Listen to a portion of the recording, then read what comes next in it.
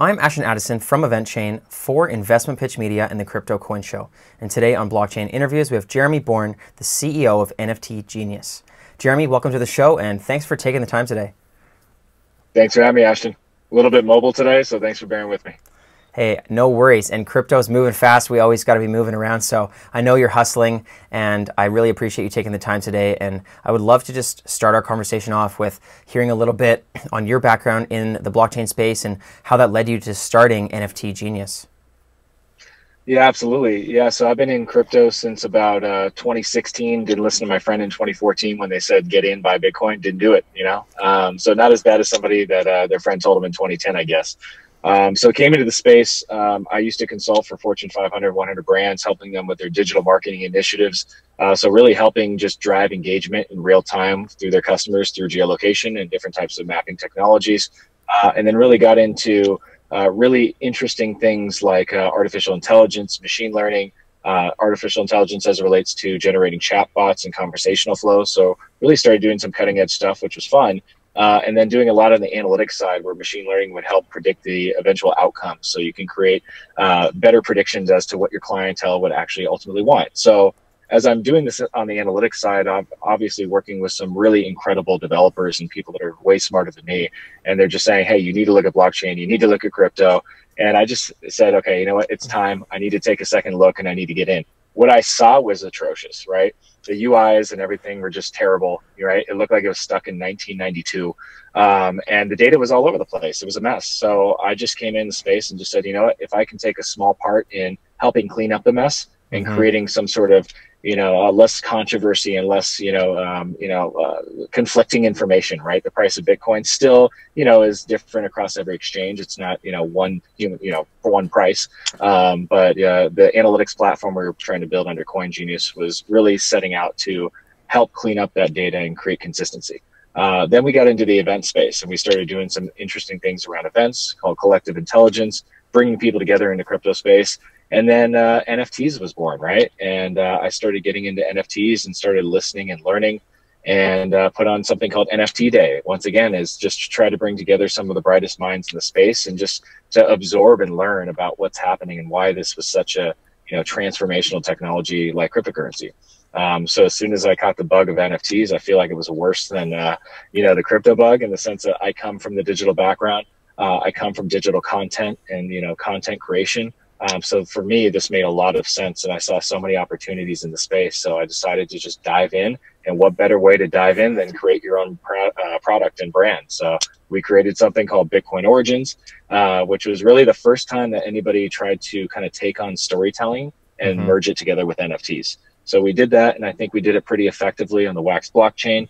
That was a blockchain that wasn't necessarily built for high-priced items, kind of like Ethereum. So we took a crack at it and being like the kind of the upper echelon of that, that side of the house, and created a really scarce product around an incredible story, which is really telling the story of Bitcoin from the inception of the creation of the white paper all the way until today. And we're telling that story. We're on moment 5 out of 15. We've booked a couple $1 million in revenue and generated a lot of attention. And now we're kind of known as like the high-end art storytellers of the crypto space. So it's pretty exciting.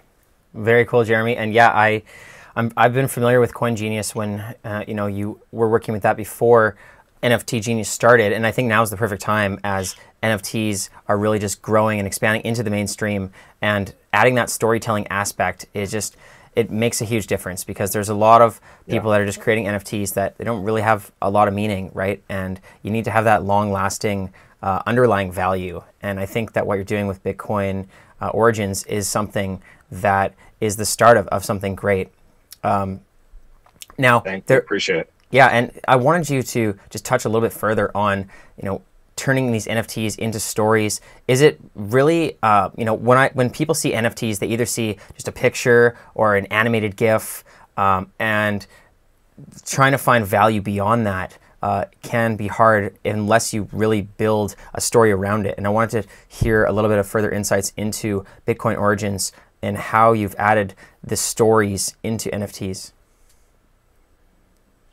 Yeah, sure. So for us, NFTs really are art, right, in some capacity, but they're more than that. And I think people miss the boat in terms of like what's possible. You know, for us, we look at it, and I'm taking a quote from William Quigley, who's the CEO of Wax, which he always says, you know, NFTs are mini supercomputers. You can program them just like, you know, you can program crypto to do whatever you want. In the same way, you can program NFTs to do whatever you want. They can evolve over time. You know, they can create new NFTs, you know, after a certain time, you know, point in time, right? After it's traded 50 times, maybe it turns or morphs into something else. You can tie it to real-time analytics, and, you know, perhaps the NFT can morph based on the analytics. You know, think of fantasy sports. So really the sky's the limit in terms of what you can do. So we're just trying to figure out, like, how do we get in and start telling a story to eventually grow or evolve into something like that? So you do that with the community, right? You do that by adding things like treasure hunts to the experience. So what we've done in each of the cards is we've actually hidden clues.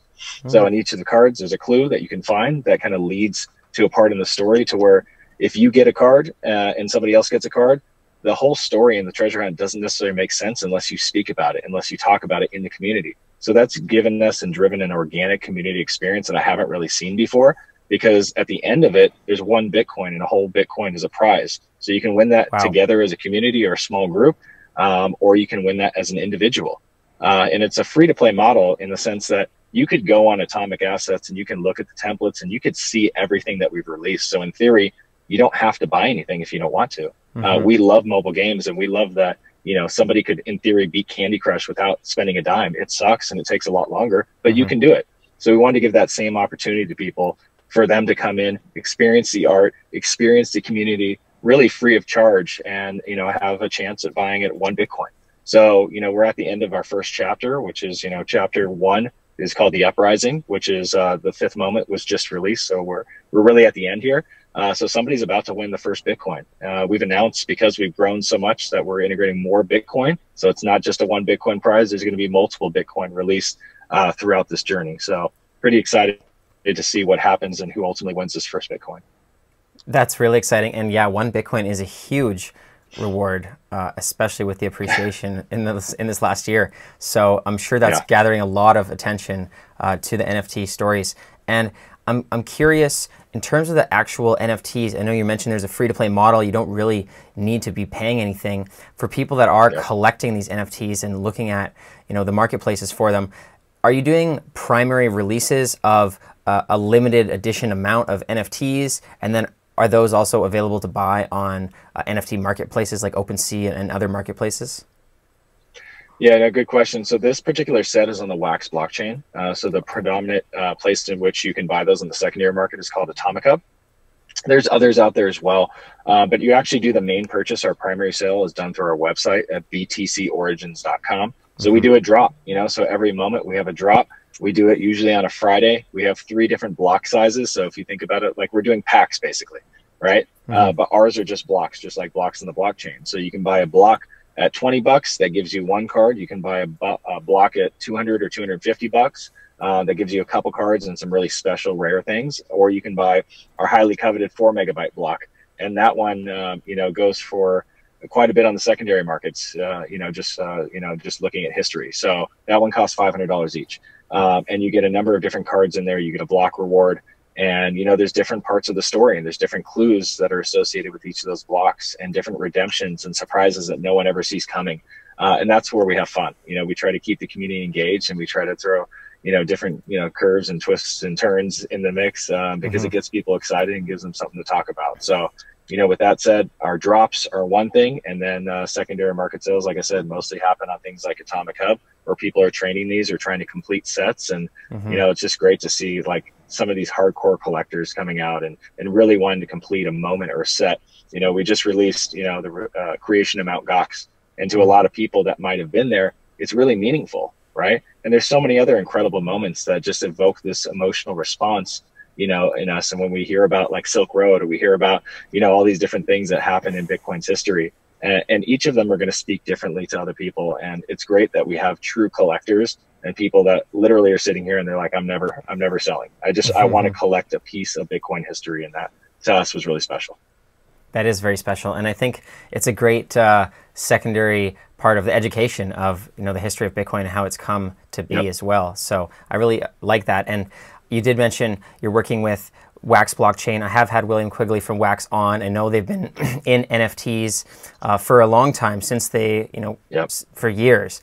And I'm curious, since this huge craze of NFTs in the last year has really spiked, it's been a lot of NFTs on the Ethereum ecosystem. And I know that the Wax ecosystem is more efficient in terms of the costs and not having those Ethereum gas fees, which is a big, it's a barrier for people that are trying to purchase low value NFTs. If they're trying to spend $20, you can't really do that efficiently on the Ethereum ecosystem. Are you seeing advantages or disadvantages of using the Wax ecosystem versus Ethereum, or do you see them merging in the future? Or, how do you feel about the way that the technology behind how the Bitcoin Origins NFTs run? I think there's a lot of really incredible technologies and solutions out there that are addressing things that are problems with Ethereum. Wax is one of them. Wax, there's little no gas fees, right? They just have a completely different model where you're actually paying more for space than you are for an actual transaction fee. There's other ones like Flow, right? And we're doing some stuff on Flow as well. So, we're, as NFT Genius, platform agnostic and blockchain agnostic, we want to build where we think we're going to provide really good experiences. So Wax was our first go round, right? But we're going to have projects coming out, and you'll see some really big announcements coming out soon on other blockchains. Like I just mentioned, Flow. Like Flow is another great example of somebody who's really done well. Obviously NBA Top Shot was done on Flow, and their team's doing great. They've probably made more money in NFTs than really anybody. I think they're at about $500 million generated just from NBA Top Shot. They had a $60 million day. Which is incredible. They just raised over $300 million at an over $2 billion valuation. So, people are really getting the memo in terms of, what's possible with NFTs and blockchains like that solve a lot of the gas issues. There's a lot of controversy, obviously, around sustainability and environmental impact. And that's like a big, gripe with people on the Ethereum blockchain. Well, on Flow and on Wax, you don't have that issue. Yeah. Right. So it's not a part of the conversation. It's about just putting out product, like on Ethereum. If you wanted to sell 1 million, NFTs as an example, like let's just say you had, Drake, and he wanted to put out, a song, and there was 1 million people that wanted that song. To be able to sell 1 million units in just a few minutes is just really not possible on the Ethereum blockchain. It wasn't made for scaling, right? But on Wax, you can. On Flow, you can. And for us, that's really exciting. So that's a lot of what we're exploring and what we're building on. It is very exciting, and I'm excited to see the expansion into Flow as Bitcoin Origins and NFT Genius just grows overall. And you did mention that this is only part one that you're just completing of the Bitcoin Origins and the first release of the first Bitcoin that you're rewarding, which is exciting. Can you give a glimpse into what's the timeline? Is it every week, and part two is coming out right away? How can people start getting involved with it? Yeah, so a good way is just jumping into the community. So t.me/Bitcoin Origins is our official Telegram channel. We're going to open up a Discord here as well soon, because I know a lot of people like Discord, and there's just so many layers to what we're doing. It almost needs a Discord, because I think we have like 4 or 5 different channels, from sales channels to the hunt channels. But if you go on the hunt.btcorigins.com, that allows you to really understand where we are in the hunt for Bitcoin. And it's not even just a hunt for Bitcoin.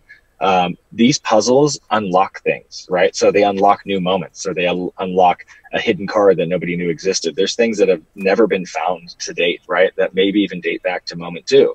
And people don't even know about that until I just said it out loud.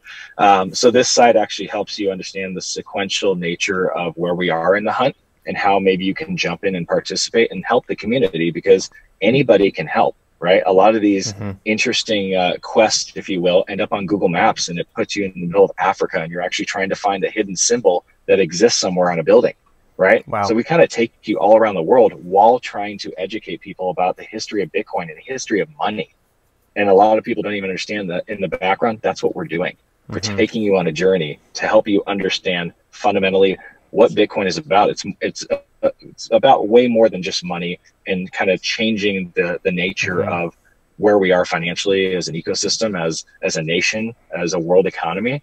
There's more to it. It's about community. It's about trust, right? It's about taking away trust from centralized governing parties and putting the power back in the hands of the people.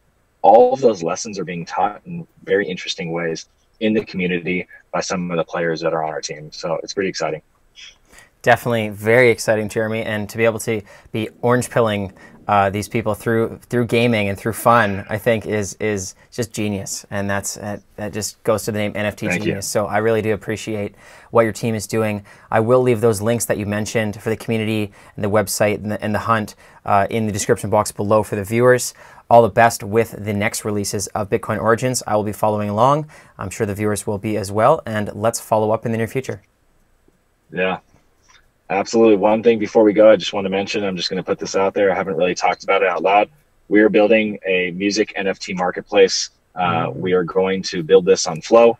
This is the first time I'm talking about it, but because we're really good at telling stories, this has attracted a lot of attention, and musicians are coming in a major way. We have a passion for music. A lot of us on our team are actually musicians or past musicians. So we really want to put a lot behind this. So we're doing a lot of our focus and putting that directly on the music space and creating new and immersive experiences like never seen before in NFTs, and helping these artists create closer connections with their true fan base, not just with the crypto audience. Like, how do they actually appeal to and create these interactions with their fans through NFTs? Because we feel that NFTs are the future of collectibles, and we want artists and musicians to be able to come in a really thoughtful way, not just for the money grab, a thoughtful way to where it's sustainable. So you can look at it. It's going to be called Gaia. You can go to OnGaia, ONGAIA.com. You can sign up right now actually for early access. And once again, this is the first and early announcement of that on your podcast here. Very cool, Jeremy. And for those people that listen to the end, I'm sure they're in for a treat for that, and I am excited. I will check that out right away. So all the best with all of these projects, and thank you so much for coming on the show. Thanks, Ashton, for having me. Appreciate it. Have a good one.